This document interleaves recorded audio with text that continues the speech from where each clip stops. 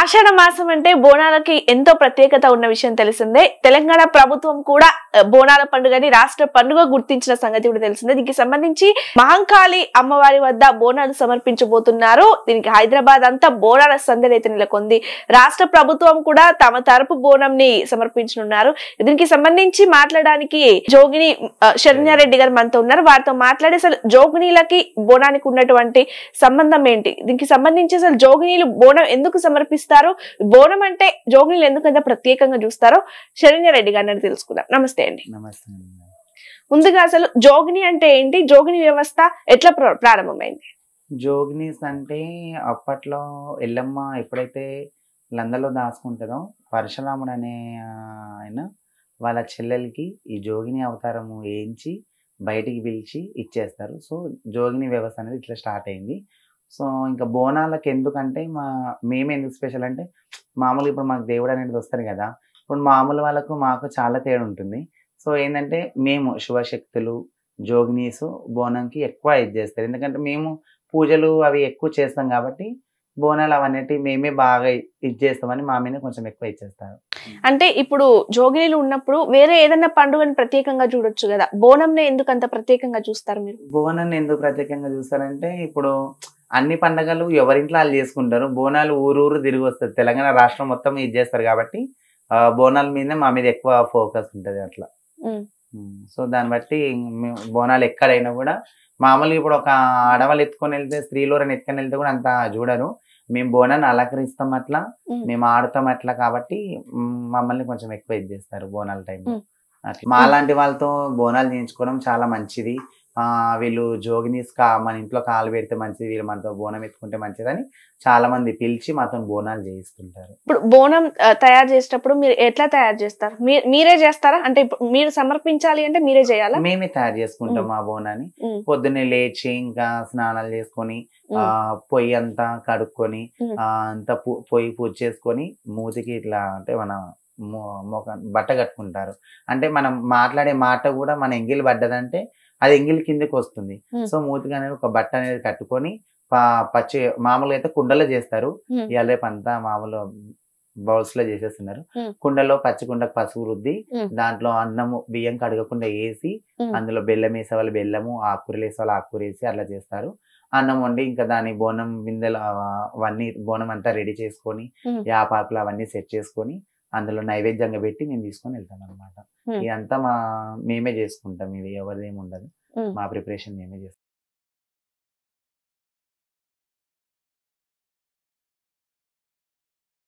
ఏం లేదు అంటే ఇప్పుడు మామూలుగా లేడీస్ అంటే కొంచెం వేరే పర్సనల్స్ ఉంటాయి కాబట్టి వాళ్ళు ఇది చేయరు. మాది కాబట్టి మాకు ఎట్లాంటి ఏమి ఉండదు. బోనం చేయడానికి ఎవరు ఏంది ముసలి చిన్న పెద్ద అని ఏముండదు, ఎవరన్నా చేసుకోవచ్చు. పేద ఇప్పుడు కొంతమంది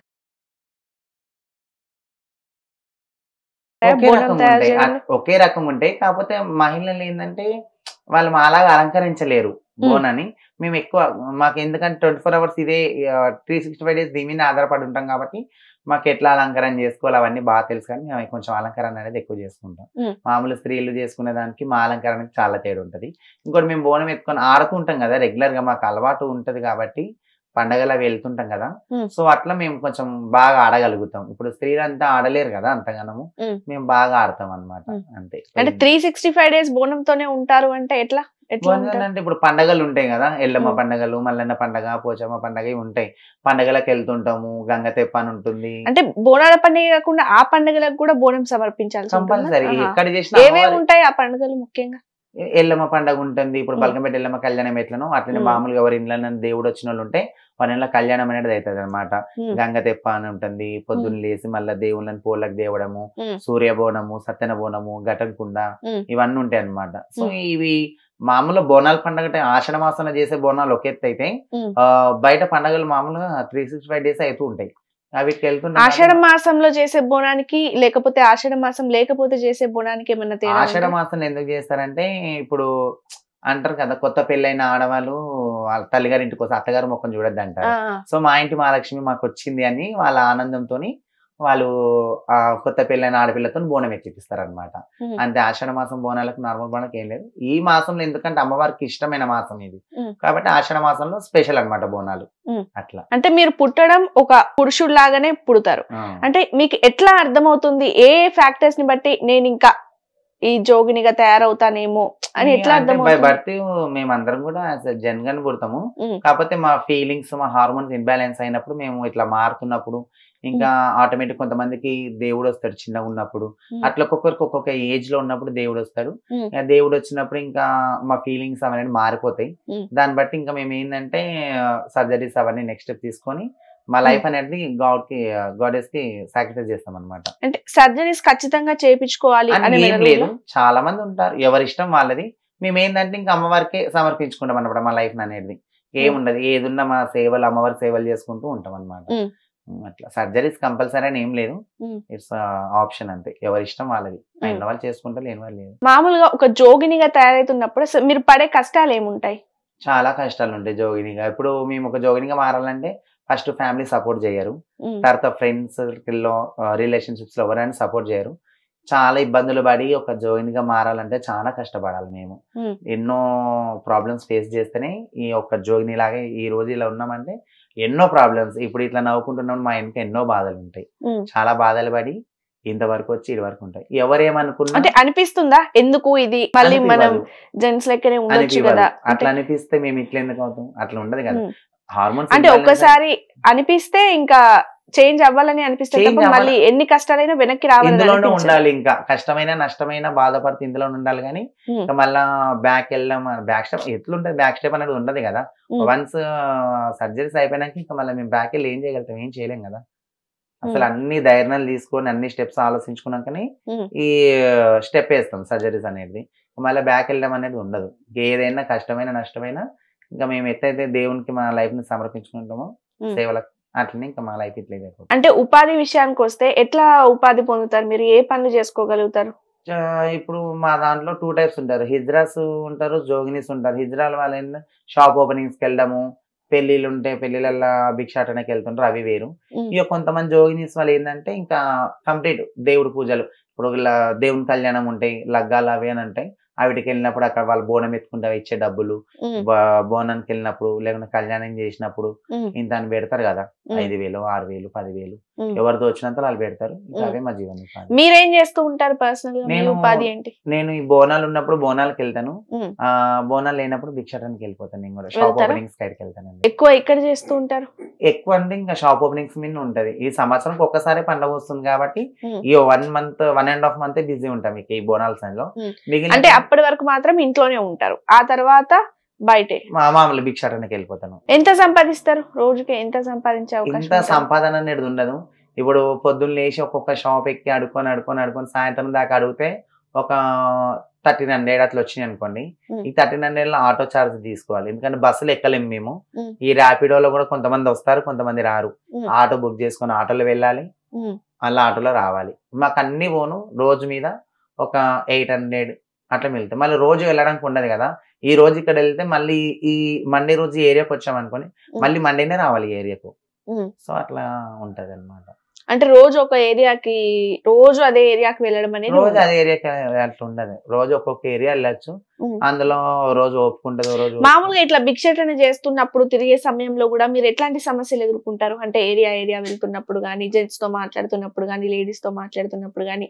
నిజాన్ని చెప్పాలంటే మాతోని జెంట్స్ ఎక్కువ ఇది చేస్తారు, చులకనగా చూస్తారు. లేడీస్ బాగా మమ్మల్ని లైక్ చేస్తారు. అక్క మీ శారీస్ బాగున్నాయి, మీరు బాగా రెడీ అయ్యి వస్తారు, రోజు మాకు మంచిగా అనిపిస్తుంది మీరు వస్తే. అసలు మీతో మాట్లాడినంతసేపు మాకు టైం తెలియదు, అట్లా మంచిగా. జెంట్స్ ఏంటంటే ఇంకా మామూలుగా తప్పదు కదా, ఇంకా వెనకకెళ్ళి కొట్టడం నడుస్తుంటే, లేకుంటే ఏమన్నా వీళ్ళు ఉంటారు కదా చిల్లర వాళ్ళు, ఇంకా వాళ్ళు ఉండి అవి తీసుకొని కొట్టడము, ఎక్కిరియడము, ఇట్లా మేము క్లాప్స్ కొట్టడం వాళ్ళు కూడా కొట్టి ఎక్కిరియడము, ఇవన్నీ చేస్తారనమాట. ఇంకా అవన్నీ పట్టించుకుంటూ పోతే మాకు ఇబ్బంది. మేమేమనుకోము, ఎవరేమనుకున్నా ఎవరి పాపని వాళ్ళు పోతారు అనుకొని ముందాడు మా పని ఏదో మేము చూసుకుంటూ వెళ్ళిపోతున్నాం. అంటే పర్సనల్ గా మీరు ఎప్పుడైనా ఎక్స్పీరియన్స్ చేశారా ఇట్లా వెళ్ళినప్పుడు? చాలా అంటే ఎట్లా చేశారు? నేను ఒకసారి ఫంక్షన్ కి వెళ్ళేసి వస్తున్నాను, మా దాంట్లో ఫంక్షన్ కి వెళ్ళేసి వస్తుంటే మలక్పేట నుంచి చదర్గట్ వచ్చే రోడ్ లో నైట్ 1:30 అవుతుంది. నేను కొంచెం ఇట్లా ఫ్యాన్సీ డ్రెస్ వేసుకొని వస్తున్నాను. ఉమ్, వస్తుంటే నన్ను మామూలుగా పిలుస్తున్నారు. నేను బడ్స్ పెట్టుకుని ఉన్నాను. నేను వినట్లేదు వాళ్ళ వాయిస్. నాకు తెలియదు వాళ్ళు పిలుస్తున్నారని కూడా. ఉమ్, అరుస్తున్నారు. నేను పట్టించుకోవాలి. హార్న్స్ కొడుతున్నారు. నా బండి ముంగడికి వచ్చి ఇట్లా కట్స్ కొడుతున్నారు. ఉమ్. నేనంతా మీరు బండి మీద వెళ్తారా? నేను నా మీకు స్కూటీ బైక్ ఉంది? స్కూటీ ఉంది. స్కూటీ మీద మాక్సిమం చిన్న చిన్న దగ్గరలో అంటే స్కూటీ మీద వెళ్తాను. ఉమ్, కొంచెం అంటే ఎక్కువ ఆటో ప్రిఫరెన్స్ ఇస్తాను. ఉమ్, అయితే బండి మీద లేట్ అవుతుంది కదా, మళ్ళీ నైట్ టైంలో ఆటోస్ అవి ఉండవు మంచి చెడని ఇంకా స్కూటీ మీద వస్తుంది. నా ముందు కట్స్ కూడా అవి చేస్తున్నారు. ఉమ్, నేను వాళ్ళు పిలుస్తుంది పట్టించుకోలేదు. తాగున్న నైట్ 1:30కి బీసీస్ తీసుకొని పళ్ళు మన ఈపులో కొట్టారు. ఉమ్, బండి ఆపి చూస్తే ఇంకా వాళ్ళ బండి స్పీడ్గా వెళ్ళిపోయినారు. నేను అక్కడే స్ట్రక్ అయిపోయినా. ఇంకా ఏం చేయలేము. ఎవరికి ఏం చెప్పినా ఎవరు అర్థం చేసుకోలేరు. పాపం ఎవరో ఒక ఫ్యామిలీ వెళ్తున్నారు పక్క నుంచి, వాళ్ళు ఉంటే నన్ను అయ్యో అమ్మ అని చెప్పని దగ్గరకు వచ్చారు. చూట్లోకి చిన్న ఇట్లా స్ప్లాట్లా పడి రక్తం వచ్చింది. వాళ్ళు ఉండి ఇంకా అయ్యో అమ్మ అని చెప్పని అదే నా డ్రెస్తో ఇట్లా తూర్చారు. సరే అమ్మ నేను వెళ్తానని చెప్పని నా నుంచి వచ్చేసాను. ఉమ్. ఇట్లాంటి ఎట్లా అనిపిస్తుంది ఇట్లాంటి సంఘటనలు ఫేస్ చేసినప్పుడు? అనిపిస్తుంది. అంటే మన చుట్టూ ఉన్న వాళ్ళంతా బానే ఉంటారు, కానీ మీలాంటి వాళ్ళని మాత్రం ఇట్లా చేస్తూ ఉంటారు. ఏమనిపిస్తుంది? అదే వచ్చింది కదా మా లాంటి వాళ్ళకి వచ్చిన బాధనే ఇది. ఇవన్నీ కామన్, ఇంకా పట్టించుకోము. ఇట్లాంటి చాలా ప్రతి ఒక్క ట్రాన్స్జెండర్ కూడా ఇట్లాంటి ఫేస్ చేసే ఉంటారు. ఇలాంటి చాలా చాలా అంటే చాలా గొడవలు అవుతుంటాయి. పెళ్లిళ్ళు చేసుకోవచ్చా మీ జోగిని వ్యవస్థలో?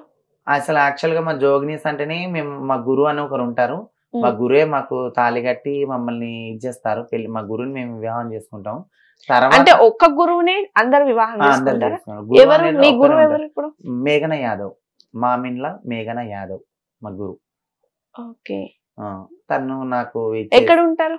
అక్కడ టీకేఆర్ ఎల్బీ నగర్ సైడ్ ఉంటారు. ఎల్బీ నగర్ సైడ్ ఉంటారు. మా గురు ఆవిడ. తను మాకు పుస్తక కట్టి మమ్మల్ని వివాహం చేసుకుని ఉంటారు. ఆహా. తర్వాత మా పర్సనల్స్ వచ్చేలోపు మా ఇష్టం, ఇంకా మేము కూడా ఒక అబ్బాయితో రిలేషన్షిప్ లో అంటే ఉండడం. ఖచ్చితంగా ఇప్పుడు మీరు చెప్తున్న పేరు మేఘన యాదవ్ యాదవ్ అంటే ఆ మనిషి కూడా మా కమ్యూనిటీకి మీ సంబంధించి. కమ్యూనిటీకి సంబంధించి అందరు అంటే ఎవరు ఇట్లా చేంజ్ అయినా సరే వెళ్ళి పెళ్లి చేసుకోవాలా తన్ని అని రూలా? అందరం ఎవరి ఇష్టం వాళ్ళు. ఇప్పుడు మా జోగినీస్ అంటే అదే చెప్తాను, మా దాంట్లో 2 టైప్స్ ఉంటారు. జోగినీస్ వేరు, ఇజ్రాయల్ వేరు. ఇజ్రాయల్ అంటే ఆ లైఫ్ కంప్లీట్ సపరేట్, ఈ లైఫ్ కంప్లీట్ సపరేట్. అంటే జోగినీలు అయితే ఖచ్చితంగా వెళ్ళి అక్కడ మ్యారేజ్ చేసుకోవాలి. సరే వాళ్ళ గురు వాళ్ళను ఇది అంటే చేసుకుంటారు. మ్యారేజ్ చేసుకోవడమే కాకుండా సంసారం కూడా చేయాలి అతనితో? అట్లా ఏమి ఉండదు, సంసారం అనేది ఏమి ఉండదు. గురువు అన్నప్పుడు ఇంకా మమ్మల్ని ఇది చేసి మాకు పుస్తకం కట్టి ఇది చేస్తారు. తర్వాత మా పర్సనల్ అంటే ఎట్లుంటుంది మీ ఫార్మాలిటీ? ఎట్లుంటుంది పెళ్లి చేసుకునేటప్పుడు? నార్మల్ ఇప్పుడు బయట ఒక అబ్బాయికి అమ్మాయికి ఎట్లా అవుతుందో యాస్టిస్ అట్లే అవుతుంది. కాకపోతే దేవుడి పేరు మీద మాకు పుస్తకం అనేది వేస్తారు. అంటే ఆ మేఘన యాదవ్ అనే మనిషి ఒంటరిగానే ఉంటాడా లేకపోతే? ఉంటారు. ఒంటరిగానే ఉంటాడు. ఓకే. మీరు ఎప్పుడైనా వెళ్ళొచ్చా కలవడానికి? వెళ్తుంటాం, కలుస్తుంటాం, మా గురువు దగ్గరికి వెళ్తుంటాం, వస్తుంటాము. అట్లాంటిది ఏం లేదు. వాళ్ళు కూడా మాకు బాగా దగ్గర తీసుకుంటారు. మా కమ్యూనిటీ మాకు సపోర్ట్ ఉంటది అనమాట. అయ్యో నా పిల్లలు ఎక్కడ పోతారని. అంటే ఇప్పుడు ప్రతి జోగిని అని పేరు చెప్పుకునే వాళ్ళు ప్రతి ఒక్కరు కూడా అక్కడ పెళ్లి చేసుకొని ఉన్న వాళ్ళేనా? కొంతమంది చేసుకున్న వాళ్ళు ఉన్నారు, కొంతమంది చేసుకోలేని వాళ్ళు ఉన్నారు. చేసుకోకపోతే ఏమన్నా అవుతుందా? అంటే అట్లాంటిది ఏం లేదు, ఎవరి ఇష్టం వాళ్ళది. ఒక ఇప్పుడు మీరు ఉన్నారు, మీకు మ్యారేజ్ అయిందా మేఘన యాదవ్ తో? చేసుకున్నారు. ఎప్పుడు జరిగింది ఇది? 5 years అవుతుంది. 5 years అవుతుంది. 5.5 years అట్లా అవుతుంది మ్యారేజ్. ఇక తర్వాత పర్సనల్ లైఫ్ వచ్చేలోపు ఒక అబ్బాయితో ఉండొచ్చానంటే అది ఎవరి ఇష్టం వాళ్ళది. అంటే ఎట్లా అబ్బాయి వచ్చి మిమ్మల్ని అడుగుతాడా, మీరు వెళ్ళి అబ్బాయిని అడుగుతారా? మేము అడగాల్సినంత లేదు, అబ్బాయిలే వస్తారు మా దగ్గర. అబ్బాయిలే మీ దగ్గరకు వస్తూ ఉంటారు. అంటే ఎంత మంది వస్తారు? రోజుకి వస్తారా లేకపోతే గుంపులు వస్తారా? ఇది ఎట్లా అంటే ఇప్పుడు మనం ఒక అమ్మాయిని ఏ అబ్బాయి అయితే ఎట్లా లవ్ చేస్తాడో అతనే మమ్మల్ని కూడా చూసి వాళ్ళు లవ్ చేస్తారు. దాన్ని బట్టి మన ఇష్టాన్ని బట్టి మనం ఒప్పుకోవడము, లేకుంటే దాని గురించి మాట్లాడి ఇవన్నీ చేసుకుని తర్వాత ఒక రిలేషన్షిప్ అనేది మెయింటైన్ చేస్తారు. అంటే మీరు ఒకరితో కాకుండా ఎంత మందితో అయినా మెయింటైన్ చేయొచ్చు? అట్లాంటి ఏం ఉండదు. మాకు కూడా ఒక అమ్మాయి లాగానే ఫీలింగ్ ఉంటది కదా. ఇప్పుడు ఏ అమ్మాయినా ఒకరితో ఉండాలని అనుకుంటారు, మేము అట్లే అనుకుంటాం. కొన్ని పరిస్థితులను బట్టి అప్పుడు ఇంకొక అబ్బాయి అనే ఆప్షన్ అనేది వస్తుంది. ఇంకొక అబ్బాయి ఆప్షన్ అనేది వస్తుంది. ఇప్పుడు ఈ అబ్బాయి మనతో ఉన్న రోజులు ఉంటాడు, తర్వాత వాడు పెళ్లి చేసుకుని వాడు వెళ్ళిపోయినప్పుడు మళ్ళీ మేము అప్పుడు ఒంటరిగా ఫీల్ అవుతాం కదా. ఆ టైంలో మళ్ళా ఒక అంటే ఏ అబ్బాయి ఏ జోగినితో పర్మనెంట్ గా అయితే ఉండడు. ఎవరు ఉండరండి, ఎవరు ఉండలేదు. ఎక్కడో ఒక దగ్గర చాలా కష్టం, చాలా తక్కువ. అంటే అబ్బాయిలు మీ దగ్గరకు వస్తేప్పుడు మీకు ఏమనిపిస్తుంది? ప్రేమతో వస్తున్నారు అనిపిస్తుందా లేకపోతే వాళ్ళ అవసరానికి వస్తున్నారు అన్నట్టు అనిపిస్తుందా? ఎవరైనా ప్రేమతో వస్తారు, తర్వాత వాళ్ళ నిజ స్వరూపం అనేది బయటపడుతుంది. ప్రేమతో వస్తారు ఎవరైనా, వచ్చినాక 4 రోజులు 5 రోజులు వారం ఒక నెల అయినాక వాళ్ళ నిజ స్వరూపాలు అనేది బయటపడుతుంటాయి. మీరు మ్యారేజ్ చేసుకున్నారా? లేదండి, నేనేం చేస్తాను. సహజీవనం చేస్తున్నారా? లేదు, ఎవరితో లేను. నేను ఇంకా సింగిల్ లైఫ్ నాది. అంటే ఇంతకుముందు అఫేర్ ఉండే, ఒక అబ్బాయితో ఉన్నాను నేను కూడా 3.5 years ఉన్నాను. తర్వాత అబ్బాయి మ్యారేజ్ చేసుకున్నాడు. అబ్బాయి ఆ అమ్మాయితో వెళ్ళిపోయాడు. నేను ఒంటరిగా అలాగే ఉండిపోయాను. అంటే జోగిని వ్యవస్థ అంటేనే ఒక అబ్బాయి వస్తాడు, ఉన్నన్ని రోజులు మీతో సహజీవనం చేసిన తర్వాత వెళ్ళిపోవాలి. వ్యవస్థని అనద్దు, ఎవరి ఇష్టం వాళ్ళది. అందరికి అట్లా లేరు, ఎవరి ఇష్టాన్ని బట్టి వాళ్ళు వస్తారు ఉంటారు. ఇప్పుడు శరణ్య గారు, మీరు బోనం బాగా రెడీ చేస్తారు కదా, అలంకరణ ఎట్లా చేస్తారు? అంటే ఎవరైనా చెప్తున్నారా వెనకటి నుంచి ఇట్లా చేయాలి అని? మా పురాతన నుంచి కూడా ఉంది ఇది, బోనం ఎట్లా తయారు చేసుకోవాలంటే. అప్పట్లోనేమో కుండలలో చేసి ఇది చేసేవాళ్ళు. ఇప్పుడు ఏంటంటే మేము ఇత్తడి బిందెలు లేకుంటే రాయి బిందెలలో ఆయిడ్కి కింద సున్నం పెట్టి మళ్ళా మధ్యలో బొట్లు పెట్టి మంచిగా దాన్ని బాగా అలంకరణ చేసి యాపాకు కూడా మంచిగా బాగా కుదించుకొని దాన్ని మేము ఆడేటప్పుడు మంచిగా ఇది ఉండాలని చెప్పని బాగా అలంకరణ అమ్మవారికి ఇష్టం. ఫస్ట్ ఆఫ్ ఆల్ అమ్మవారు అంటేనే అలంకరణ బాగా చేస్తాం. మేము బాగా అలంకరణ ఇస్తాం కాబట్టి అమ్మవారికి మేమంటే బాగా ఇష్టం అనమాట. అమ్మవారికి మీరంటే ఇష్టం, బాగా అలంకరణ చేస్తారు కాబట్టి అని మీకు ఎవరు చెప్పారు? ఇది మా గురు వాళ్ళకు అట్లా పురాణం నుంచి ఉంది. ఇది మీరు బోనం రెడీ చేసినప్పుడు కూడా అది ఎత్తుకొని బాగా ఆడుతూ పాడుతూ ఉంటారు. అంటే అది కింద పడిపోకుండా ఎలా బ్యాలెన్స్ చేసుకోగలుగుతారు? మీకు అలవాటు ఉంటుందా? ఇది బ్యాలెన్స్ అంటే ఏముండదు. మాకు దేవుడు వస్తాడు కాబట్టి ఫస్ట్ లో మేము బోనం ఎత్తుకున్నప్పుడు ఒగ్గు వాళ్ళు ఉంటారు. ఒగ్గు వాళ్ళు మాకు అమ్మవారిని రప్పించి ఇది చేసినప్పుడు ఇంకా అంతా దేవుడి మీద భారం ఉంటది. సో ఇంకోటి ఏంటంటే వాళ్ళు ఎవరైతే డోల్ కొడుతుంటారో ఒగ్గువారు, ఆ వైబ్రేషన్స్ ఏంటంటే ఇంకా మొత్తం దేవుడి మీదనే ఉండేటట్టుగా మమ్మల్ని మైండ్ డైవర్ట్ అయిపోతాం. మనం ఏం చేస్తున్నాం ఏంటంటే మనకు అంత ఐడియా ఉండదు. ఏదున్నా దేవుడి మీదనే మైండ్ సెట్. ఆ డోల్ అందుకే ఆపరనమాట. ఆపకుండా మమ్మల్ని ఇంకా ఉత్తేజపరుస్తుంది. ఇంకా అట్లా ఒర్రడం, ఆహా అని ఒర్రడము, ఇవన్నీ చేసి వాళ్ళ క్రేజ్ ని పెంచుతుంటారు. అంటే బయట ఇంకా మాకు ఏం తెలియదు అనమాట. ఇంకా దేవుడు ఎప్పుడైతే మా ఫేమింగ్ వస్తాడో దేవుడు అంటే ఇంకా దాన్ని బట్టి ఇంకా మేము కొంచెం రెగ్యులర్. అంటే దేవుడు వచ్చే ముందు మీకు ఎట్లా మీ బాడీలో ఎట్లాంటి చేంజెస్ ఏమైనా కనిపిస్తాయా? ఇంకా వస్తుంది అని ఎవరికి తెలియదు. అంటే బోనం అయిపోయిన తర్వాత దేవుడు వచ్చి వెళ్ళిపోయిన తర్వాత మీకు అర్థమవుతుందా మీరు ఏం చేశారు? తెలియదు. దేవుడు వెళ్ళిపోయినాక కూడా మామూలుగా దేవుడు శాంతి చేసుకున్నాక మాకేం అర్థం కాదు. కొంచెం ఒక 5-10 minutes తర్వాత మళ్ళా మా మైండ్ సెట్ లో మేము వచ్చేస్తాం అనమాట. మీరు వచ్చేస్తారు. కానీ దేవుడు వచ్చిన కాడ నుంచి వెళ్ళిపోయే వరకు అసలు ఏం జరిగింది అనేది మీకు ఏం ఉండదు, అసలు గుర్తుండదు. మొత్తం ఇంకా మమ్మల్ని ఆ వైబ్రేషన్ ఉంచేస్తుంది అనమాట. మీకు వస్తుందా? దేవుడు వస్తారు. అంటే వచ్చిన ఓన్లీ బోనం టైంలోనే వస్తారా? ఇంకా వేరే టైంలో కూడా ఎప్పుడైనా సరే ఎక్కడైనా సరే బోనం తీసుకెళ్ళినప్పుడు లేకుంటే ఎక్కడన్నా దేవుని లగ్గాలు కళ్యాణాలు అయినప్పుడు పటం మీదకి ఎక్కినప్పుడు అట్లా టైంలో సడన్ గా వచ్చేస్తుంది. వాళ్ళు మంత్రాలు వేస్తారు కదా ఒగ్గు వాళ్ళు, ఆ టైంలో. మీ పక్క నుండి మిమ్మల్ని ఎవరు చూసుకుంటారు ఆ టైంలో? మా శిష్యులు ఉంటారు, మా శిష్యురాలు ఉంటారు, మా కమ్యూనిటీకి సంబంధించిన మా చేతి కింద పిల్లలు ఉంటారు. వాళ్ళు ఉంటే మమ్మల్ని కంట్రోల్, మేము మాకు ఏ టైంలో ఏది ఇవ్వాలి ఏంది అనేది అవన్నీ వాళ్ళే చూసుకుంటారు అనమాట. ఇప్పుడు మీరు దేవుడు వచ్చినప్పుడు బోనం పట్టుకొని ఆడుతూ ఉంటారు, పాడుతూ ఉంటారు. ఇప్పుడు అంటే ఆ సందర్భంలో మీకు ఏం జరుగుతుంది అనేది అర్థం కాదు. ఒకవేళ మిస్ అయ్యి కింద పడిపోయినా గానీ ఏమన్నా ఏం జరుగుతుంది? ఒకవేళ కింద పడిపోతే మాక్సిమం అయితే అట్లా పడదు. ఎప్పుడన్నా పడింది అని అంటే ఒకటే అనుకోవాలా, భూతల్లికి ఆశ పడ్డది కాబట్టి భూతల్లికి పడ్డదని. దీనికి కొంతమంది అంటారు బోనం కింద పడ్డది మాకు అరాచమా మీకా ఇదా మాకేమన్నా కీడు జరుగుతుంది అది అని.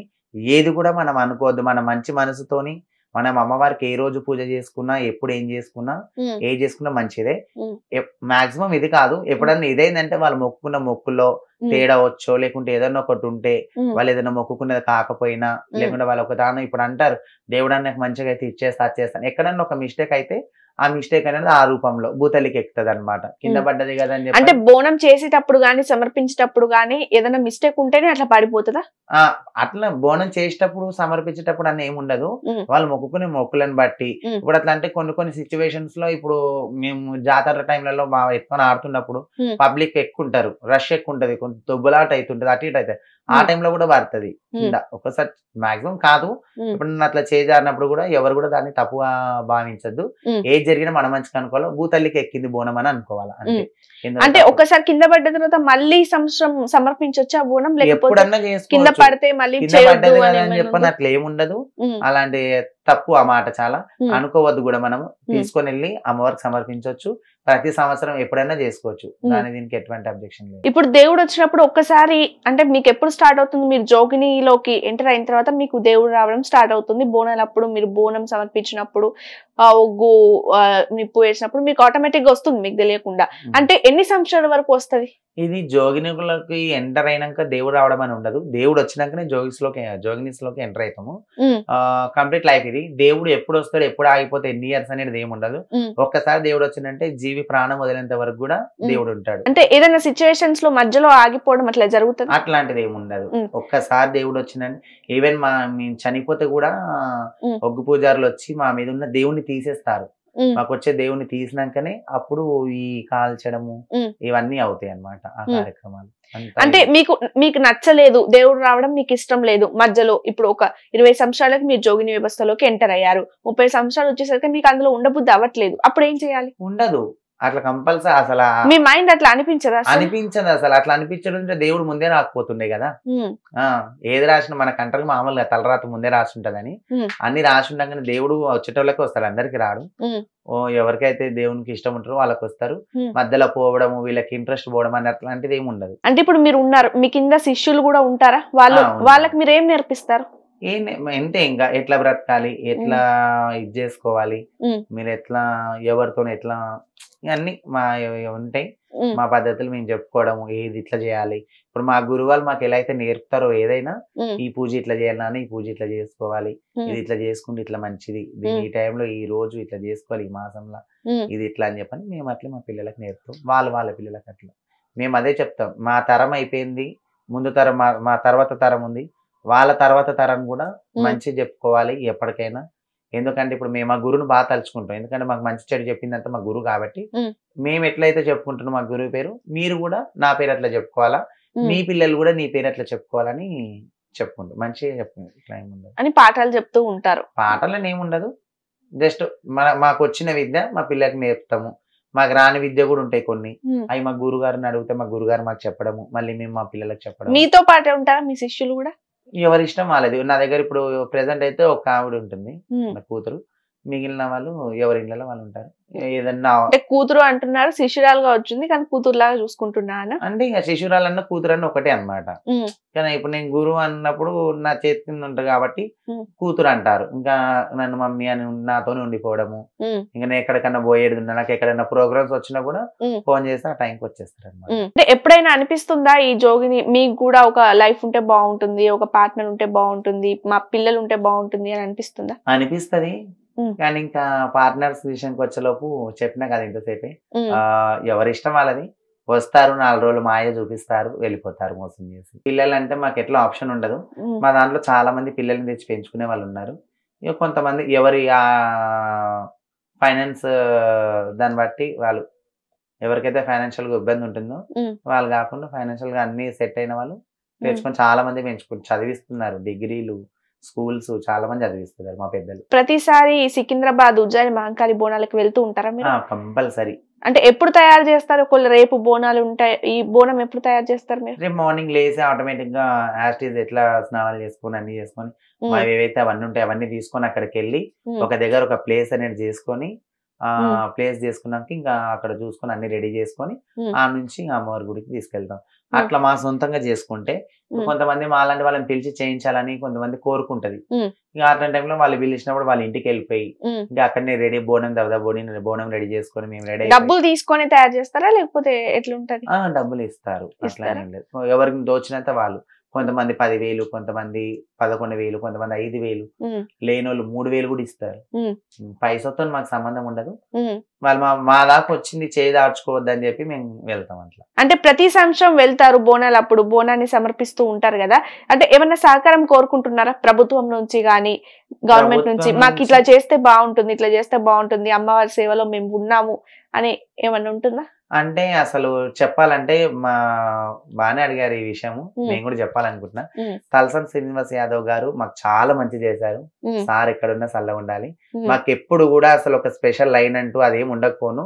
తలసాని శ్రీనివాస్ యాదవ్ సార్ గారు మాకు ఈ ఇయర్ బల్కంపేటలో మాకు సపరేట్ లైన్, క్యూఎల్ లైన్ పెట్టించి మాకు ఒక టైమింగ్ పెట్టి ఈ టైంలో చేసుకోండి మీకు ఇబ్బంది ఉండదు అన్నట్టుగా చేశారు. ప్రభుత్వం మాకు ఈసారి ఇంకా కొంచెం మంచిగా చూడి మమ్మల్ని కూడా గుర్తించి ఈ పబ్లిక్ తో మాకు ఇబ్బంది లేకుండా ఇంత బరువు ఎత్తుకొని వస్తాం కదా 10-15 కిలోల బరువు ఉంటుంది మా మీద, కొంచెం మాకంటూ సపరేట్ లైన్స్ పెట్టారు. ఇంకా కొంచెం దాని క్యూర్ పెంచడం, మాకు టైమింగ్ పెంచితే కొంచెం అయింది. ఎందుకంటే ఒకరిద్దరితో అయ్యేది కాదు, వేలల్లో వస్తారు మా సొసైటీలో జోగినీస్. అంతమందికి ఆ చిన్న లైన్ పెట్టే లోపు ఇబ్బంది అవుతుంది. కొంచెం మాకు టైమింగ్ పెంచి మాకంటూ సపరేట్ క్యూ పెట్టిరు, దాన్ని ఇంకొంచెం ఇది చేసి దాంట్లో మార్పులు తెచ్చి మమ్మల్ని ఇది చేస్తే మేము అదొకటే కోరుకుంటాం ప్రభుత్వం నుంచి. అంటే ఇందాక చూస్తున్నాను మీరు మాట్లాడుతున్నారు, శివసత్తులు అంటున్నారు, జోగినీలు అంటున్నారు. జోగిని శివసత్తి ఒకటి కాదా? శివశక్తులన్నా జోగినీలన్నా ఒకటే, కాకపోతే జోగినీస్ అంటే ఏంటంటే ఇంకా కంప్లీట్ లైఫ్ అనేది అమ్మవారికి మేము మా లైఫ్ ని సాక్రిఫైస్ చేసుకుంటాం. శివశక్తులలో కొంతమంది మ్యారేజెస్ చేసుకుంటారు, అంటే వాళ్ళకు ఒక స్త్రీలను మ్యారేజ్ చేసుకొని వాళ్ళకు పిల్లలు మంచి చెడు అంత ఉంటుంది.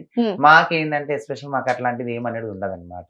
సో జోగినీస్ శివశక్తులని కొంచెం ఇదిగా అట్లా ఉంటుంది. ఇప్పుడు బోనాల దగ్గర మనం చూస్తే బొట్టు పెట్టండి అనుకుంటూ మీ దగ్గరకు వచ్చి బొట్టు పెట్టించుకుంటూ ఉంటారు అక్కడ ఉన్న భక్తులు, ఎందుకంటారు? అంటే అంతసేపు మేము అమ్మవారు మా పేరు మీద ఆవహించినప్పుడు మేము దేవుడి మీద ఉండిపోతాం కదా, బోనం దించినాక అయ్యో వీళ్ళు ఇంత ఇదిగా ఉంటారు, ఇంత పద్ధతితో పూజలు చేస్తారు కదా, వీళ్ళ చేతితో బొట్టు పెట్టించుకుంటే మంచిదని చెప్పని బండారి అంటారు పసుపుని, ఆ బొట్టు పెట్టించుకుంటారు మా తోటి. Thank you so much.